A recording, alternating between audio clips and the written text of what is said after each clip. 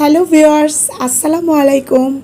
Bangla food style Facebook page থেকে recipe দেখার জন্য সবাইকে স্বাগতম জানাচ্ছি।